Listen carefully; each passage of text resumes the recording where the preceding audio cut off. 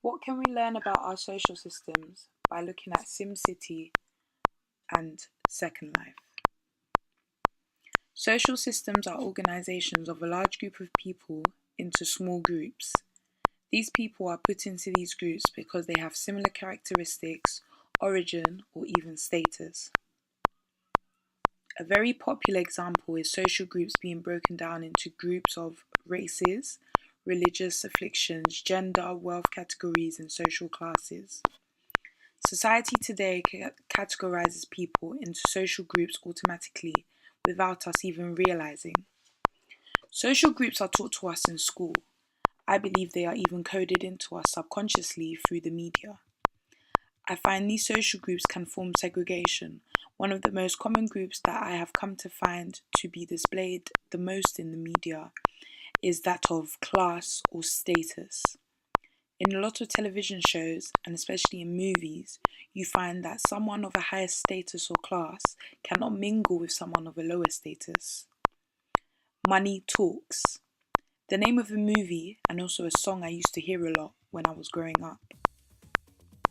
This song was written by The Adventures of Stevie V, called Dirty Cash. Even though the song is very catchy and has a good beat, I believe there's a hidden meaning, which is if you want to be someone in this life, you need to have money. Unfortunately, in the society that we live in, people hear your money and your status more than your own voice. Growing up, another very popular children's story, which has many versions, even as a movie, was Cinderella.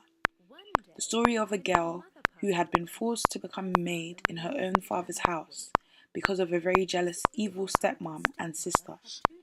So Cinderella is basically bottom of the pile, unloved, unnoticed by her family and village.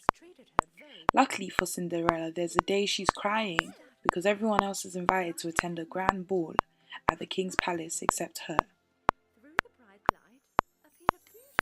But her fairy godmother appears and makes it more than possible for her to attend, and even transforms her from a maid into a beautiful looking princess. Now, because she's dressed appropriately, she is noticed by the prince and instantly falls in love. Another indirect way of saying money talks, because if she was still dressed as a maid, she wouldn't have been noticed, let alone got the chance to dance with the prince, because even in the story of Cinderella, people were disgusted when they found out that she was a maid. The prince's status is too high in comparison to Cinderella's, and unfortunately, our society does not really allow for you and someone of a higher status to be mixing. So even though Cinderella's story ended well because they fell in love and got married, in the real world, you'll rarely see a happy ending like that, especially with people of opposite financial status or influence in the society. I believe this is why the online world, like social media and virtual reality games like Second Life and SimCity, are becoming more and more popular. In these games, you can be whoever you like, unlike the real world where you are limited to being whoever you are, and in some cases, this isn't something that people like to face. So the online world becomes like an escape for them to get away from their real life and live a more exciting life online. Second Life is an online virtual game world. The world is known to have approximately 1 million active online users, and it is a massive multiplayer world. It can't really be classed as a game, as it has no subject, just a lot of people who are trying to interact with other users, also known as avatars. You are invited to come and create a character which supposedly represents them, and they are now able to roam around this online world where they have the opportunity of meeting other virtual characters. And for many people, offers the chance to interact with real people in a more open way, which in real life probably would not be so easy to do. As you are behind a computer screen, I believe it gives the confidence to people who could be considered to be socially awkward, as they do not possess the skills or find it difficult to approach or even talk to a new person in real life. This virtual world is free and is also open to everyone over the age of 16. It is not really seen to be a game as it has no subject and no ending, rather just an open world open to anyone to come and interact with other avatars. SimCity is also similar because it is also a virtual reality game, but it is an open-ended series of games. The first ever game of the series was called SimCity, and after being such a success, it struck a series of sequels. The most popular was called The Sims, which became a best-selling computer game and went on to release number 2, 3, and now even 4. The SimCity game allows users to create and develop their own city from a designated plot of land.